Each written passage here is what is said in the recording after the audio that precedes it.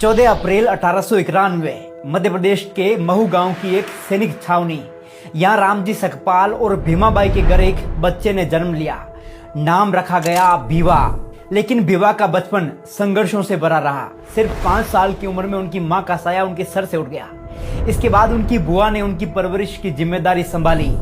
1894 में पिता रामजी सकपाल आर्मी से रिटायर्ड होकर सतारा आ गए। यहाँ भीवा को प्रताप सिंह हाई स्कूल में दाखिला दिला दिया गया। पर स्कूल क्या था, एक मैदान था सामाजिक भेदभाव का। बच्चों से अलग बिठाया जाता, पानी तक नहीं पीने दिया जाता। पर उस बच्चे ने हार नहीं मानी। जातिगत शोषण को सहते हुए 4th कक्षा पास कर डाली। 1897 में पिता बॉम्बे चले गए और कुछ साल बाद भीवा को भी बुला लिया गया। अब दाखिला हुआ एल्फिंस्टन हाई स्कूल में, एक ऐसा स्कूल जहां दाखिला लेने वाले वो पहले अछूत थे। शिक्षकों की उपेक्षा, सामाजिक तिरस्कार। फिर भी 1907 में भीवा ने मैट्रिक्स पास कर डाली।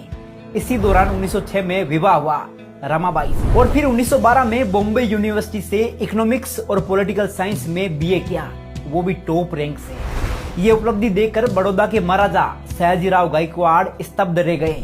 वो इतने प्रभावित हुए कि 1913 में बाबा साहिब को एक शर्त पर न्यूयॉर्क के कोलंबिया यूनिवर्सिटी में एमए और पीएचडी करने भेज दिया गया।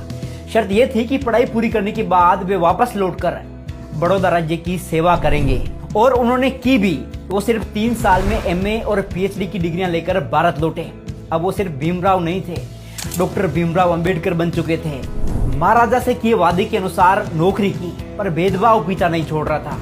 किराए का घर छोड़ने को मजबूर किया गया, ऑफिस में जाति अपमान सहना पड़ा और अंततः उन्होंने नौकरी छोड़ दी। लेकिन अब उनकी नजर शिक्षा और न्याय की क्रांति पर थी। लंदन गए, जहां उन्होंने लंदन स्कूल ऑफ इकोनॉमिक्स से पीएचडी, डीएससी और बैरिस्टरेट लॉ की डिग्रियां प्राप्त की। फिर भारत लौटकर उतर पड़े जातिवाद के रंग में रंगे भारत को बेरंग करने। बाबा साहिब ने महिलाओं, दलितों, आदिवासियों और पिछड़े वर्गों के अधिकारों के लिए संघर्ष की मशाल जलाई। वो आवाज बन गए आशा और अधिकार की। धीरे धीरे उन्हें हर कोई जानने लगा था। अब वो बाबा साहिब डॉक्टर भीमराव अंबेडकर बन चुके थे, एक नाम जो सामाजिक न्याय का प्रतीक बन चुका था। और फिर वो ऐतिहासिक पल आया जब आजाद भारत को एक मार्गदर्शक की जरूरत थी, एक संविधान की जरूरत थी जो हर धर्म, जाति, वर्ग को बराबरी दे सके। तब सबकी नजरें एक ही व्यक्ति पर टिकी। बाबा साहिब को भारत का संविधान निर्माता नियुक्त किया गया। उन्होंने ये जिम्मेदारी दिल से निभाई।